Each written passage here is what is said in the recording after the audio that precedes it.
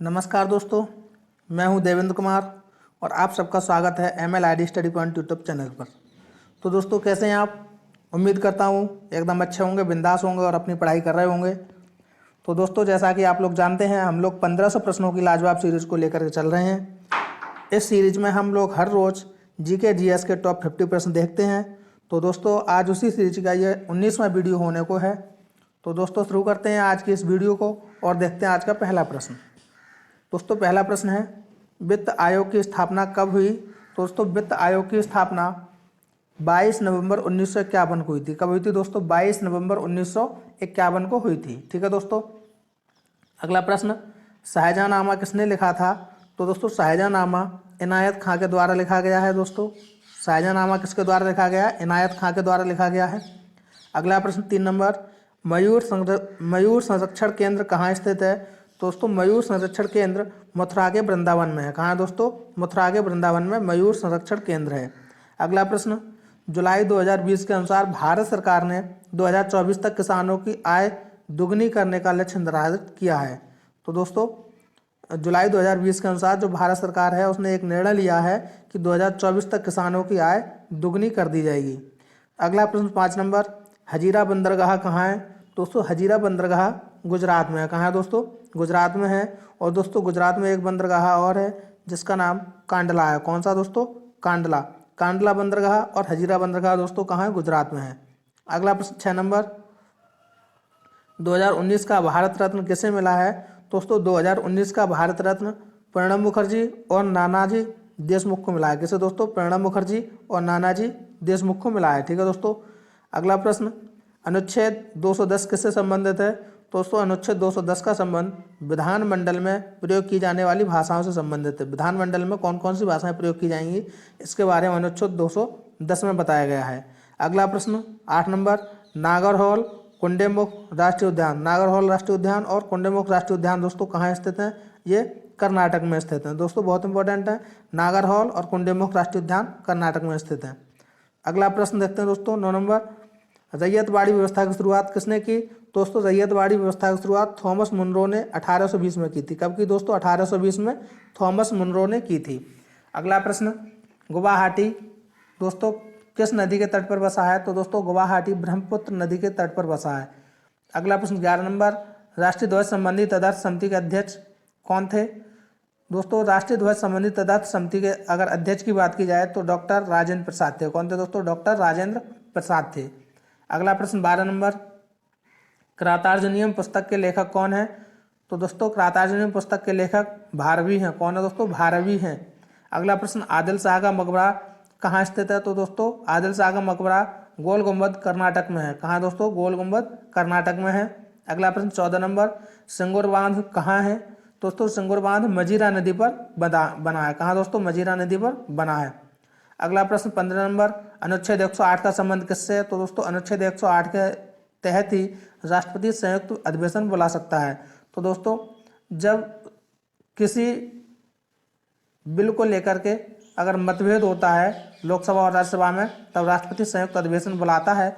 लेकिन दोस्तों, इसकी अध्यक्षता कौन करता है संयुक्त अधिवेशन की? तो दोस्तों, लोकसभा अध्यक्ष करता है। कौन दोस्तों? लोकसभा अध्यक्ष, जिसे हम लोग स्पीकर कहते हैं। ठीक है दोस्तों, अध्यक्ष ये इसकी अध्यक्षता करता है। अगला प्रश्न 16 नंबर, पॉइजन पिल योजना की शुरुआत किसने की?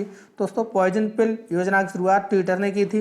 अगला प्रश्न, मयूर संरक्षण केंद्र कहाँ स्थित है? दोस्तों, मयूर संरक्षण केंद्र मथुरा के वृंदावन में है। अगला प्रश्न, अकबरनामा के लेखक कौन है? दोस्तों, अकबरनामा के लेखक अबुल फजल है। कौन है दोस्तों? अबुल फजल। अगला प्रश्न देखते हैं 19 नंबर, राष्ट्रीय भारत परिवर्तन संस्थान मतलब नीति आयोग के अध्यक्ष कौन होता है? तो दोस्तों, नीति आयोग का अध्यक्ष प्रधानमंत्री होता है। कौन होता है दोस्तों? प्रधानमंत्री होता है। और दोस्तों, जो नीति आयोग है ये 1 जनवरी 2016 को आया था। ठीक है दोस्तों। अगला प्रश्न, अल्जाइमर रोग किससे संबंधित है? तो दोस्तों, अल्जाइमर रोग होने से याददाश्त कम हो जाती है। याददाश्त कम हो जाती है। अगला प्रश्न, भारत में कुल 3 अखिल भारतीय सेवाएं हैं। तो दोस्तों, भारत में कुल कितनी अखिल सेवाएं हैं? 3। कौन कौन सी हैं? IAS, IPS और दोस्तों IFS। ये भारत की 3 अखिल सेवाएं हैं। अगला प्रश्न देखते हैं दोस्तों 22 नंबर, स्वतंत्रता के बाद पहली सुधार समिति का गठन केरल में हुआ दोस्तों। अगला प्रश्न 23 नंबर, ब्रह्म समाज की स्थापना 1828 में राजा राम मोहन राय ने की थी। किसने की दोस्तों? राजा राम मोहन राय ने की थी। अगला प्रश्न 24 नंबर, वर्ल्ड पॉपुलेशन प्रोस्पेक्टस जारी करने वाला संगठन कौन सा है दोस्तों? तो दोस्तों इस संगठन का नाम यूएनओ है, यूनाइटेड संगठन। ठीक है दोस्तों। अगला प्रश्न 25 नंबर, प्रथम भारतीय मूक फिल्म कौन सी थी? तो दोस्तों प्रथम भारतीय मूक फिल्म आलम आरा सॉरी राजा हरिश्चंद्र थी। कौन सी थी दोस्तों? राजा हरिश्चंद्र थी। और प्रथम बोलती फिल्म की बात की जाए तो दोस्तों आलम आरा थी। अगला प्रश्न, द पोस्ट ऑफिस, गोरा और चांडालिका पुस्तक के लेखक कौन है? तो दोस्तों रविन्द्रनाथ टैगोर इसके लेखक हैं। अगला प्रश्न, केन नदी यमुना की सहायक नदी है। तो दोस्तों यमुना की सहायक नदी कौन सी? केन नदी। दोस्तों यमुना की कौन कौन सी सहायक नदी हैं? एक तो केन, और दूसरी दोस्तों बेतवा और दोस्तों तीसरी चंबल नदी। तो दोस्तों ये तीनों कौन सी नदी हैं जो यमुना की सहायक हैं? दोस्तों याद कैसे करेंगे? याद करेंगे KBC। दोस्तों के से क्या हो जाएगा? के से हो जाएगा दोस्तों केन, बी से क्या हो जाएगा दोस्तों? बेतवा, और दोस्तों सी से क्या हो जाएगा? सी से आपका हो जाएगा दोस्तों चंबल। तो दोस्तों ये केन नदी, बेतवा नदी और चंबल नदी यमुना की सहायक नदियाँ। अगला प्रश्न 28 नंबर, कॉर्बेट टाइगर रिजर्व कहाँ स्थित है? तो दोस्तों ये उत्तराखंड में स्थित है। कहाँ दोस्तों? उत्तराखंड में स्थित है। अगला प्रश्न 29 नंबर, अंतर्राष्ट्रीय सौर गठबंधन का मुख्यालय कहाँ है दोस्तों? अंतर्राष्ट्रीय सौर गठबंधन का मुख्यालय गुरुग्राम, जिसका पुराना नाम गुड़गांव था, उसमें है दोस्तों। अगला प्रश्न, उत्तर प्रदेश की एक मुफ्त समाधान योजना किससे संबंधित है? तो दोस्तों ये बिजली से संबंधित है, एक मुफ्त समाधान योजना। अगला प्रश्न, विश्व की सबसे बड़ी इलेक्ट्रिक 3 व्हीलर फैक्ट्री कहाँ लगेगी? तो दोस्तों विश्व की सबसे बड़ी इलेक्ट्रिक 3 व्हीलर फैक्ट्री तेलंगाना में लगाई जाएगी। ठीक है दोस्तों। अगला प्रश्न 32 नंबर, सैन्य अभियान के अगले महानिदेशक कौन है? तो दोस्तों सैन्य अभियान के अगले महानिदेशक मनोज कुमार कटियार हैं। कौन है दोस्तों? मनोज कुमार कटियार को नियुक्त किया गया है। अगला प्रश्न है 33 नंबर, रबी की फसलें कब बोई जाती हैं? तो दोस्तों रबी की फसलें शीत ऋतु में बोई जाती हैं। कब दोस्तों? शीत ऋतु में बोई जाती हैं। अगला प्रश्न 34 नंबर, काली मिट्टी को स्व जुताई वाली भी मिट्टी कहते हैं। कौन सी मिट्टी कहते हैं दोस्तों? काली मिट्टी को स्व जुताई वाली मिट्टी भी कहते हैं। और दोस्तों ये काली मिट्टी कपास के लिए बहुत ही उपजाऊ मिट्टी होती है। अगला प्रश्न 35 नंबर, भारत में 8 प्रकार की मिट्टियाँ पाई जाती हैं। भारत में 8 प्रकार की मिट्टियाँ पाई जाती हैं। अगला प्रश्न 36 नंबर, बनारस हिंदू विश्वविद्यालय की स्थापना कब की गई? तो दोस्तों बनारस हिंदू विश्वविद्यालय की स्थापना की बात की जाए तो 1916 में की गई। दोस्तों अगर इसके आधार की बात की जाए तो इसका आधार क्या था? CHC सेंट्रल हिंदू कॉलेज की स्थापना जो 1898 में दोस्तों 1898 कब दोस्तों? 1898 में एनी बेसेंट ने की थी।